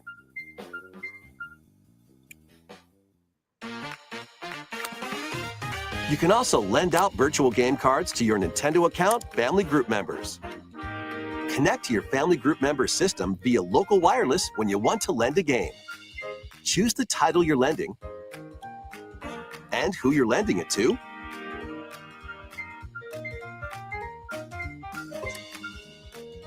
And you're done. They can now play on their own system. You can only lend one game at a time to a particular person. Games can be lent out for 2 weeks, after which they will automatically return to you. Making digital games even easier to use. Virtual game card. So there you go. The new virtual game card. It's interesting concept for sure. I'm glad they said that they would be automatically returned, because I was like, oh my God, how does this work? I kept thinking like, oh, they can just steal your ship, dude. But I'm glad they said automatically. Listen, as somebody who had Metroid stolen from him when I exchanged a game with somebody in my neighborhood when I was a kid, that scarred me for the rest of my life, made me have trust issues. I appreciate that. I appreciate that they'll just automatically return to you after 2 weeks. Kara, what are your thoughts on the virtual game card for the Switch? It's very divisive. I don't mind it, especially since my husband and I typically do like to purchase only one copy of a game, and we both play it in our own time. So like if my account is on his Switch and his account is on my Switch, it's almost like a shared library, which I'm okay with. So I'm fine with it. I don't hate it. I like that there's basically like a cloud save option that is normal with like my Steam Deck. So if I were to play a game, I just initially have to have load the game save data onto my game, and then I don't have to be connected until I want to make sure that game save data makes it back onto the cloud and onto my other device. That's interesting. I'm personally not opposed to it. I think it'll be interesting, especially with the Switch 2 coming out. Now, if it is cool that they are able to go between Switch and Switch 2, I think that will also help, because isn't this going to be an update for the next console? Right. So this is supposed to come during an update for the Switch, not the Switch 2, but the Switch 2 is supposed to be backwards compatible. So if they are setting the table for the idea that you can transfer or put your Switch 1 games onto your Switch 2 as well, that's interesting. I'm still a fan of physical media. I mean, I've got Detective Pikachu right here. But that's my preference. I like physical media more, but I do like the convenience of the digital card, especially, or the virtual card, whatever they're calling it, whenever you're going out and traveling. I do like that. I travel a lot and I can't always bring my book of all my different games and stuff that I have. It's just not easy to travel with them. So I'm okay with this. I honestly haven't played my Switch a ton since I got my Steam Deck. So I'm curious to see if So this there's will that. be something that Right. will get me to play again. So I asked this over on X, and it's very divisive. I just said, good move or one step closer to you will own nothing, right? Because this obviously Nintendo is doing their best. It's warming people up to the idea of digital. So I asked the same question to you, chat. Is this a good idea? What about you, Blabs? So your thoughts on the virtual game card? I mean, I kind of agree with Kara here. I'm very much more physical person, but I understand that this actually might be very useful for like friends or like family units and stuff like that. So I'm fine with it, but I still agree also with the chat saying you will own nothing and you'll be happy about it, because I also see that perspective too. I kind of see this as a useful tool. Honestly, it's there if you need it, but you don't have to use it, and you can just go and use it by physical. That's how I see it. Well, I think Blabs, you are looking at this with what's the word? Oh, that's right, nuance. Oh no, that's right. Hang on, let me go and read real fast. That's right, this nuanced approach where you're not just so black and white. Now, once again, that's a good thing, and that lacks that there's a lot of that lacking online nuance. But yeah, it's interesting. I think this is the first time we've seen anything from a console. People are saying you can do this on Steam and share games in your library and stuff, but I did not know that if you could do that on Steam. I didn't know you could do that. Yeah, Steam has a family sharing library where all of the games that my husband has purchased show up in my library, and all of the games that I have purchased have shown up in his library. You can't play them at the same time, but it is an option that way. If there's a game, or is it free? Do you pay for that? Oh, I had no idea. Interesting. Yeah, interesting.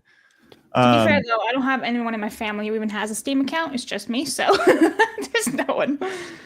I definitely overcompensate with the games. I'm the main provider for the games, but that's just because the Steam sales get me. Women be shopping. Humble Bundle. No, I've been doing Humble Choice, so that's like on Humble. I pay $12 a month, and I get 8 games every month from Humble Bundle. The Humble Bundle. I get that every single month, and I've had it since 2012. Do you know who owns Humble Bundle? No. IGN and Ziff Davis. Yeah, interesting. Just curious. Okay, real quick before we move on to this next feature, let's hit a couple of these supers real fast. Luigi says, "You're fired, Blabs. You failed to read my joke about circumference and the round table. Thank you." But there was no super chat. I read them all. Sorry. Thanks, Luigi. Zab came in and says, "Just want to thank you for arguing about Grums yesterday. As a huge backer of Ember, it's good to see people that aren't haters talk about Grums and Ember, both good and bad." Dude, that's so funny. Like, people's response of like, "Oh, Craig's a cuck for Grums." Like, dude, what the fuck are you talking about? Like, dude, what we just talked about nuance. Like, there is some nuance in the conversation, and if you're looking at it from a black and white perspective, that's fine. And Blabs, I texted this to you last night, but I think it just comes down to your perspective on it. There was a really great comment on the video, which, by the way, that video has lost us like 100 subscribers. Just because Blabs had an opinion and I had a different opinion, and they're actually kind of the exact same, but pretty funny stuff. So I wouldn't say they're the exact same opinions, but yeah. Well, I would say that it just kind of depends on your perspective on things. Would you like me to read that comment real fast? I mean, I don't really want to get into it again, especially because Kara hasn't even been here, right? And that's not the point of it, but yeah, I don't really agree with it. Well, I mean, like I said, I think it just comes down to your perspective and all that stuff. So either way. I like the fact that you guys aren't just like, "Oh, that's my boss. I have to agree with my boss," or "That's my coworker. I have to agree with my coworker." I respect that you guys can have a disagreement and still respect each other. Right. People are like, "Oh, I see how this show is going to end." It's like, dude, are you a fucking adult? Like, you can have conversations and not agree on everything that's said, like it is what it is. That's what makes this show what it is we actually can have conversations and yell at each other. Isn't that what people want, right? And I don't even know what the discussion's about. So See, I'm just... Yeah. Hayden came in with a 20, says, "Enzio has a deep character creator and face tracking, full body tracking you can use. It's the most wish listed game on Steam, but yes, Korean Sims, basically." Yes. Thank you. Hayden. Appreciate that. Dwight. I'm excited. I'll play it. Yeah, you give it a go. Well, it says you should enjoy the old school Sims, Blabs. You could build a room with no doors and watch them die. I do like that. I do like that. Sometimes I'll let the dinosaurs eat people. Take the ladder away. Yeah. I also like crashing people in Roller Coaster Tycoon, you know, where they just die into the water and exploding. It's like 18 people have died. I'm like, yeah. What is the max I can get? Exactly. You'll never know until you just keep play going. Planet Coaster? I played Planet Zoo or Zoo Planet, whatever it's called, but I was not impressed by it. It was a little bit too tedious for me. Yes. A little bit too more of like Clunky. City Skylines, which is more so a little bit more too involved of what I like in a Sims game. I just want to be able to do silly shit and mess with people. That's why I like the 2-point games. It was really, really clunky when I played it. And I was also really, really sick when I played it. And I was just kind of playing it to pass the time. But yeah, I thought it was extremely clunky and I have not touched it in over a year. I was disappointed with it. I actually went back to Zoo Tycoon 2 instead. I was like, listen, this one is so outdated, really old graphics, but I just prefer it 10 times better than the clunkiness of Zoo Planet. And hello, dog. By the way, this I is love Charlie. The idea. Let's go, Charlie. There he is. That's a good puppy dog right there. I love that we have a medium that we can just stop down and look at the dog in the middle of the show. I love everything about that. Dog time. Yeah. Yeah. Awesome. Edwin came in. 5-month-old English bulldog. Edwin has a great idea. Says Side Scrollers should collaborate with XXXY Athletics to promote fitness and gamer 1-hour gym sessions and then gaming. Add a new tab on Side Scrollers Plus. I love the idea of collaborating with them. I think that'd be great for sure. Mercenary says, I have mixed feelings about card, physical only for me. Kratos says, this is a game changer for kids. Parents will love this because losing/damaging games is always an issue. Kids always want to play on their own Switch and don't want to share. Kratos gets it. Kratos gets it for sure. Dwight says, I don't see how anyone can have a problem with it. It's giving people who use digital a bit more freedom with it. People will always be pissed about something. SBZ says, if you buy a physical game, you should automatically get the digital version as well. But, of course, not in our lifetime. Thanks, SBZ. David says that I'm all for physical media, but that's not always an option. Here in Brazil, Switch cartridges can cost $100 or more depending on a game, and some titles are simply not available. Digital is often our only option. Wow. Thank you, David. Appreciate that. That's a great perspective from you. Rod says Nintendo can do anything to make digital best. Nintendo can do anything to make digital best, but having physical copy is cooler, plain and simple. Digital is a license. Great day, everyone. Thank you, Rod.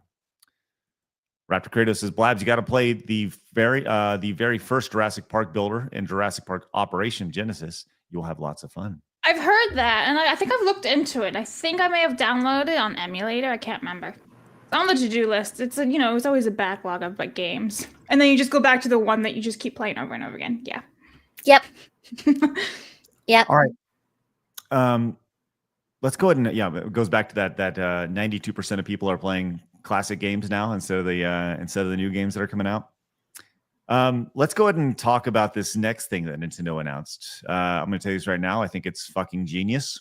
And this is why we also love and also hate Nintendo. That is Nintendo Today, a brand new app. That was such a big deal that they busted out Shigeru Miyamoto to make this announcement. Let's check this out. Hello, I'm Shigeru Miyamoto. Thank you for watching today's Nintendo Direct. Since 2011, Nintendo Direct has delivered Nintendo news directly to you. And now, these presentations have grown into an event that many people watch. Thank you all very much. We'll continue to broadcast Nintendo Direct presentations, but we're also launching a new channel based on the concept of delivering information to you directly. This is a smart device app called Nintendo Today, which functions like a daily calendar. In the app, you can view different Nintendo events. We will also be delivering all sorts of content about Nintendo games and characters every day. After the Nintendo Direct for Nintendo Switch 2 on April 2nd, News about Nintendo Switch 2 will be delivered to you daily and directly through the Nintendo Today app as well. Nintendo Today will be available to download on smart devices later today. Anyone with a Nintendo account can use the app, so please try it out. That's all I have to share. I hope you enjoy using Nintendo Today. All right. So there you go. Nintendo Today. I literally am downloading it right now. I just downloaded it. He's 72 years old. I went and had a look. Preserve this man. Right? Yes. Yes. Preserve him for sure. I'm going to log in right now. I'm going to see exactly what's going on. I just downloaded it while we were watching that. And yeah, I don't know. So thoughts on, well, let me give you my thoughts, then I'll let you guys provide y'all's. I think this is obviously genius. Nintendo is known for being just feverishly protective of their IPs and how information gets out. We saw the rumors about the Switch 2 about a couple months ago, where people were talking about all the different things, to the point to where they actually had to make an announcement about it, and that pissed them off. I actually think this is a response to that, because they want to control the narrative. They did it the first time with Nintendo Direct, as he spoke about, and now they can control it even better with an app that keeps you in the Nintendo sphere or Nintendo verse or whatever you want to call it at all times. Kara, what are your thoughts? I don't really think it's something I would utilize, Mm-hmm. but I do respect the fact that they are going to try and put out their own thing instead of depending on journalists or depending on the safety. It's their way of preventing leaks, I guess. Yeah.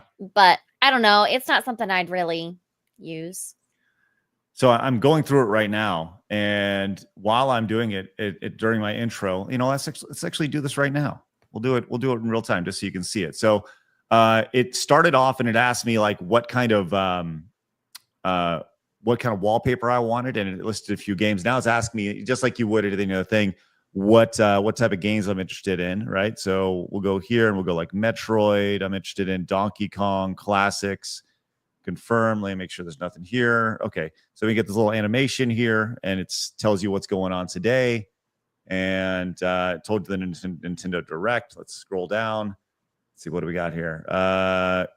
It gives you a Super Mario guide to the world of Super Mario Brothers. It has some Metroid stuff. So yeah, it's all catered directly to you. That's pretty damn cool. So yeah, interesting. I don't know. I'm like I said, it's all about keeping you in touch and having you touch the brand. And I don't know. For me, this is intriguing to me. So Blabs, do you have any thoughts? I know you probably won't use this at all. I will not be using it. Yeah, no. I don't really have much thoughts on it, to be honest. Okay.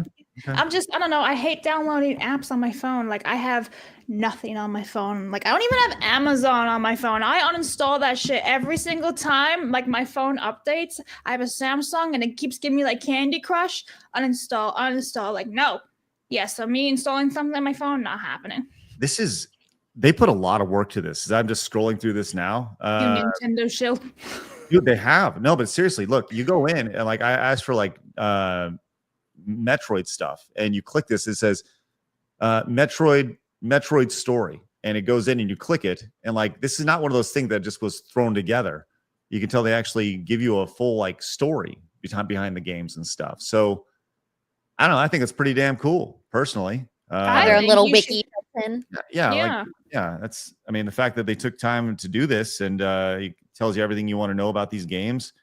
I think you should review it on Plus. Like, actually, like, review it properly. Take the time, go over it, screen record stuff on your phone so you can pull it up, and actually do like a proper review, an unbiased one. Well, I mean, I'm biased. I like Nintendo. Okay, well, so I mean, I don't know. I think this is a good product, just based off the initial look that I'm staring at. Look at my phone right now. So, I mean, I'll straight up tell you, I'm biased when it comes to this stuff. I do have a personal connection to Nintendo. I do have, it did help shape me as a person, and the different, interactions I've had with their products. So yeah, I totally love Nintendo. And obviously I like Nintendo. Right. I hadn't guessed that one. So they announced that today, and I think it's great, personally. I mean, I think you will see, and I said this over on X, like, if the same reason you love Nintendo or the same reason people hate Nintendo, they protect their IP viciously and control how their information is shared. How long before you see a PlayStation Today or an Xbox Today app in the App Store? Because I think there's just another example of Nintendo leading the way, controlling the narrative as best as they possibly can. So, all right. I have some breaking news. Oh, we have break. Do we use it? Yes. What do we have? I'm pulling it up as we speak. Oh. I can't pull it up. Shout out StreamYards. There we go. Let me zoom in for you guys. Whee! Ubisoft is forming a brand new subsidiary company with Tencent. Subsidiary is valued at $4.3 billion. Includes IPs like Assassin's Creed, Far Cry, and Rainbow Six. Tencent are investing 1.16 billion euros to acquire 25% stake of Ubisoft. So the rumors were true. Yep. We're going to make it happen here. Carol, your first initial reactions. I mean, we saw this coming. Mm-hmm. Tencent is buying up everything that they can. Maybe between Tencent and Embracer, they're trying to buy every they're trying to control all the big gaming publishers. So it doesn't surprise me that Ubisoft is going to be absorbed. What's amazing about this is they waited exactly 1 week from the launch of Shadows. They knew this was happening. Like, this was all laid out, all planned out. And they said, we're going to announce this a week after Shadows was released, regardless of how well the game does. I guarantee they had paperwork in place for this for a long, long time. Oh yeah, this is at least a 2 to 3 year deal in the making, I would think. I'd say discussions for this probably started 1.5 to 2 years ago. Just based off of like the timeline that I experienced with LRG being sold to Embracer. That's just my experience with when those discussions start, what that the actual timeline is. Yeah, it takes time to acquire a company to go through that, especially a company of any size. Wow, that's I mean, not that we didn't all see this coming, and I'll be very curious to see what happens to the Ubisoft stock tomorrow. Knowing that Ubisoft is no longer will have, you said Assassin's Creed. What franchises was that, Blabs? So Assassin's Creed, Far Cry, and Rainbow Six. So pretty much their main franchises. Yeah, and it says includes IP, so I feel like that's not limited to. There could be other ones. Wow. Okay. Yeah, we all saw this coming. Had Tencent getting involved. I think the crazy thing about that is the evaluation of over $4 billion for this thing, because I don't know if Ubisoft is worth $4 billion right now. I mean, I don't know how to gauge that, but coming off the they're buying low. They're buying in very low right now because Ubisoft is going through a lull, with bomb after bomb after bomb in 2024. So I think that's kind of the thought. And if I can put on my tinfoil hat a little bit,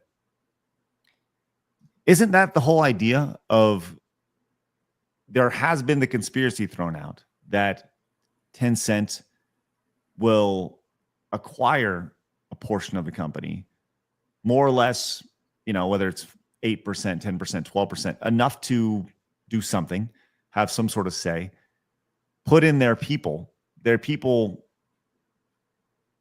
and, more or less help bomb the company, a little corporate espionage. Then Tencent goes in and they buy up a bigger part at a reduced evaluation. I mean, that's pretty fucked up, but maybe that's what we saw here. I don't know. I'm just, once again, the tinfoil hat is on. Kara, do you think that people are that crazy and evil when it comes to this stuff? I honestly don't know. I mean, that's not something I personally experienced whenever I was kind of going through the buyout of LRG. But I don't know. It'd be interesting to see if there was some inner, I guess, coercions or influences that. Oh, good. I'm sorry. Oh, no. Basically, just seeing if there was any influences that did actually help with that. Sorry, I just got really tired for some reason. My stomach just started growling. No. Well, Blabs, you put that PDF in there. Yeah, that's the wrong date. Don't mind it. That's from January 9th. Well, I was looking at that and I was saying like, yeah, they have this in place since January 9th. Yeah. So just for transparency here. Yeah, this is what Blabs linked to, but it's obviously nothing there. No, there are statements. Like Bloomberg put a statement out, but I can't freaking see it because paywall. Yeah. I haven't really seen anything. Like I've been checking the Ubisoft Twitter account and the Tencent Twitter account to see if there's anything, and they haven't said anything yet. Ian came in and says takeovers and buyouts are often spike stock values, but I can't see any suggestion that Ubisoft Tencent is attracting interest. Yeah, usually that is exactly what happens. But once again, they're forming a new entity under it. Is it a Blabs? Clarification: is it a new entity entirely, or is it a subsidy under? Let me go back and I'll read it again. I just gotta find it again. I have too many things, too many tabs. Rod said the question is, will the Guimond family will they be removed from the CEO and other sections? That's a great question. It's 100% a great question. Here it is again. Ubisoft is forming a brand new subsidiary company. Okay, brand new. So it'll be under Ubisoft's branding. So with Tencent. Yeah, Ubisoft is here, and then other companies underneath it. Like I think Umbrella. Yes, an Umbrella Corp. Yes. Okay, well, that's interesting, and we all saw that coming from a mile away. Kara, are you okay? Can you continue? Do you need some food? I'm good. Okay. All right. Okay. We'll be quick. We'll be efficient here. Let's talk about a couple games from the Nintendo Direct. This is the one that I saw and I was like, "Oh, that's interesting." Did you see this new little beat 'em up here that's being put out? Let's check this out. The Marvel one? Yes. Let's see what we got.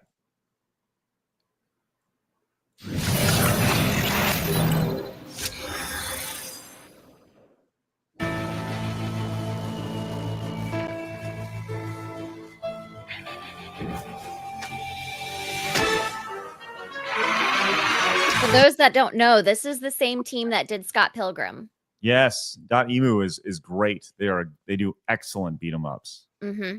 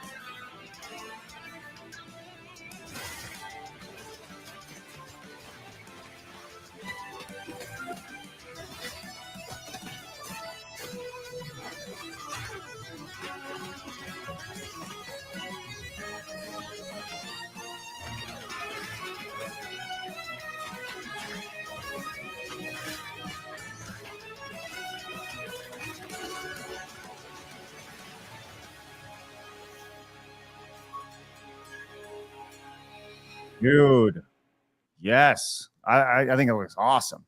Carrie, what do you think? I mean, I personally am not a big like beat 'em ups player. But I definitely can appreciate that Marvel has been branching into more than just like the fighting games that they're known for. So I do think it'll be fun, especially like since I'm one of those, I've been absolutely addicted to Marvel Rivals. So it's fun to see like these other little genres of games kind of go off of the hype and the success that Marvel Rivals has had lately. I think that really helped kind of boost that a little bit. Nobody's excited about the Avengers movie, I can tell you that. But everybody, I imagine more people are going to talk about this game in Marvel Rivals than Avengers Doomsday.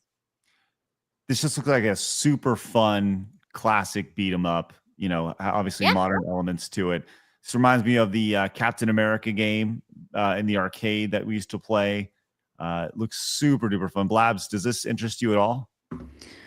Honestly, not that much, no. Oh, but I'm happy if everyone else is happy for it. I like the .emu team. I like the Tribute team. Like I worked with them for both Scott Pilgrim versus the World, and I worked with them on Shredder's Revenge whenever I was at LRG, whenever we were doing the physical editions of them. So like they are developers that really love what they're doing. So I do think that we're going to see a lot of love in this Marvel game. Well, that was definitely one talked about in my circles for sure. Let's talk about one that the internet has been very intrigued by, and that is Metroid Prime 4 Beyond. Kara, have you played any of the Metroid Prime games? No? No. Blabs, I know you haven't. The Metroid Prime games are extremely popular. This is a game that people did not think was going to come out, and when it was finally announced that it was going to come, I think it's like literally a decade in development at this point. I think it's popped around a couple different studios, but we saw gameplay for the first time. Well, really like an extended gameplay here, where scanning items has always been a big part of the Metroid Prime franchise, getting to know your surrounding environments and such. Exploration as something, it's a key element of all Metroid games. And of course, combat. This looks very Metroid Prime, which is exactly what you'd expect. They did a remake of Metroid Prime last year or maybe 2 years ago that was released on the Switch. Sold a bukus and bukus of copies of that. And kind of got people, for lack of a better word, sorry for the pun, primed up for this. And the internet is very intrigued. Now Samus has psychic powers, which is a new thing. Definitely never had that before. But if you're into the first person Metroid stuff, this seems like it's going to be really, really good. So as somebody who has never played these games before, Kara, Blabs, does seeing gameplay of this at all like intrigue you to pop in and try it? And I don't know, love nah, fuck Samus. Okay, sounds good. I've never played any of the Metroid games. I do think that it has evolved into gameplay that I would enjoy more than like more of the side scroller type game. No hate to side scrollers. I'm just not good at them.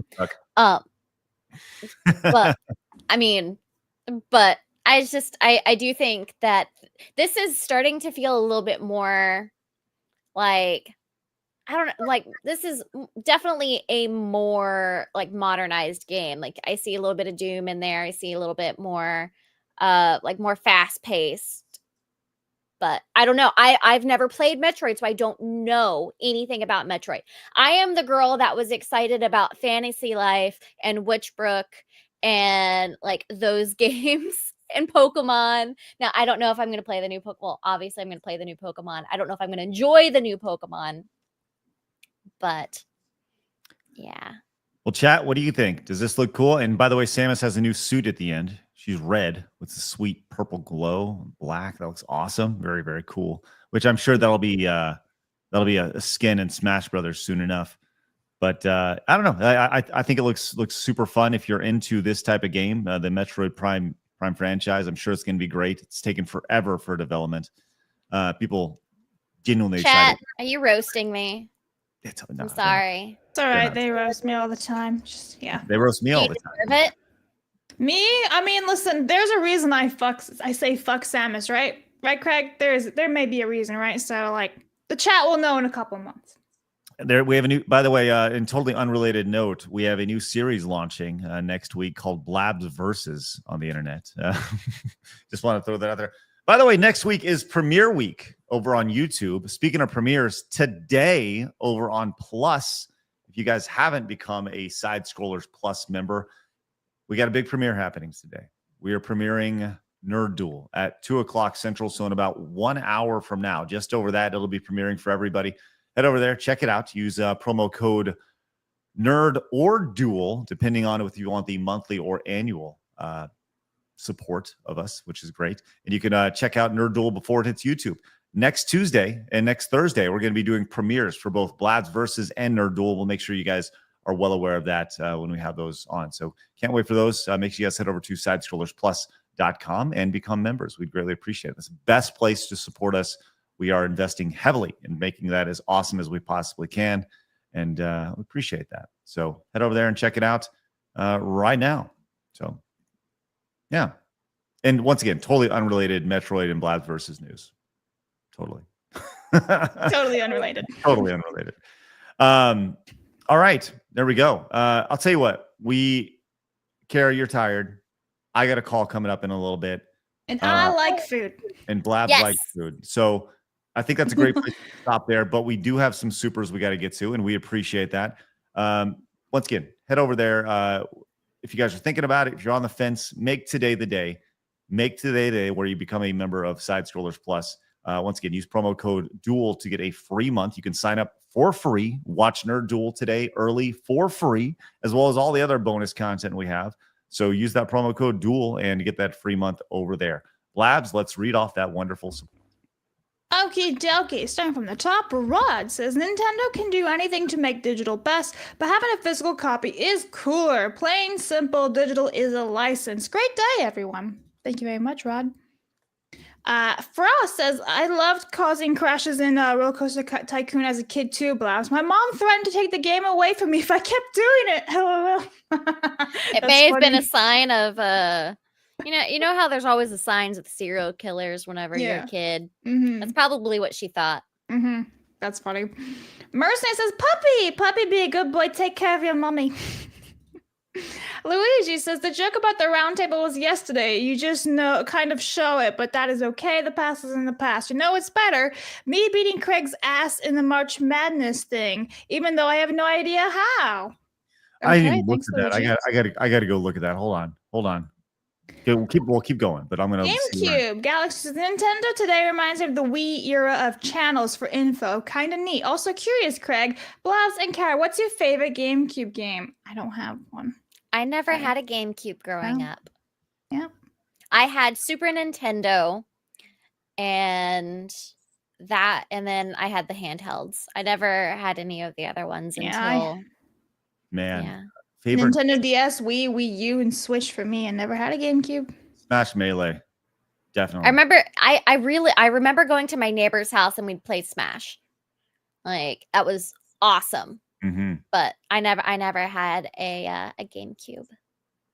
I think I played the Smash on the GameCube then, because I had been to a friend's house and was playing like Smash on it. I don't know what system it was because I was so little. Commodore fans, I just checked my Pixel. It's not on Android yet.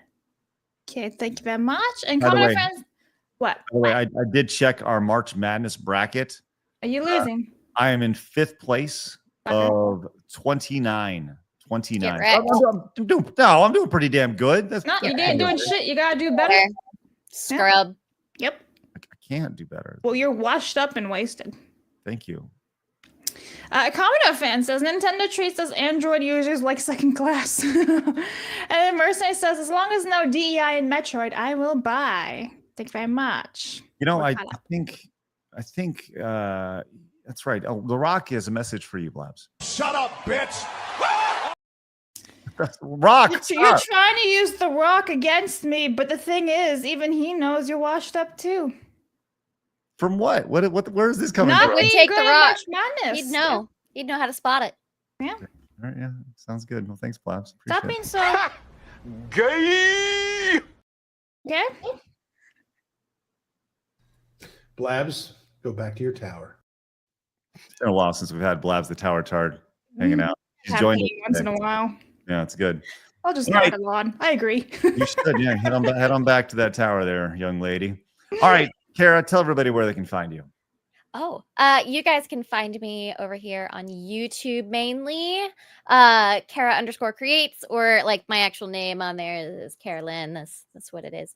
Last night I was playing some crowd controlled Skyrim, which means that people were spawning bears and giant spiders and casting scrolls of what is it? Mayhem. Scrolls of mayhem. And causing everybody to murder me multiple times in the game. And it was a lot of fun. Tonight I'll probably be playing tonight is Thursday. So I will be playing Split Fiction with X-Ray Girl. Ooh. And then probably tomorrow I'll play some Enzoi. But yeah, I mainly just game. That's my main thing. I game. Nice. But yeah. Find me on YouTube and on Twitter/X. Excellent stuff. Her YouTube is down below. Yeah. Got the link everywhere. All right. So, as well as Jennifer Sey's stuff, in case anyone's curious. Yes. We need to have a conversation with them. That'd be great. All right. We are just short of 1,000 likes. You guys, if you wouldn't mind, hit the thumbs up button on your way out. We'd appreciate it. Head over to Side Scrollers Plus coming up in about an hour to check out the premiere of Nerd Duel. We'll make sure we send a notification out for y'all, for all of our Plus members over there. Appreciate y'all's support today, guys. Thank you so much. You guys have a great rest of your day. And remember, people are going to try to keep you down. Don't let them. You guys got a goal. Go get it. See you guys later. Have a great day. Bye-bye. Fatality.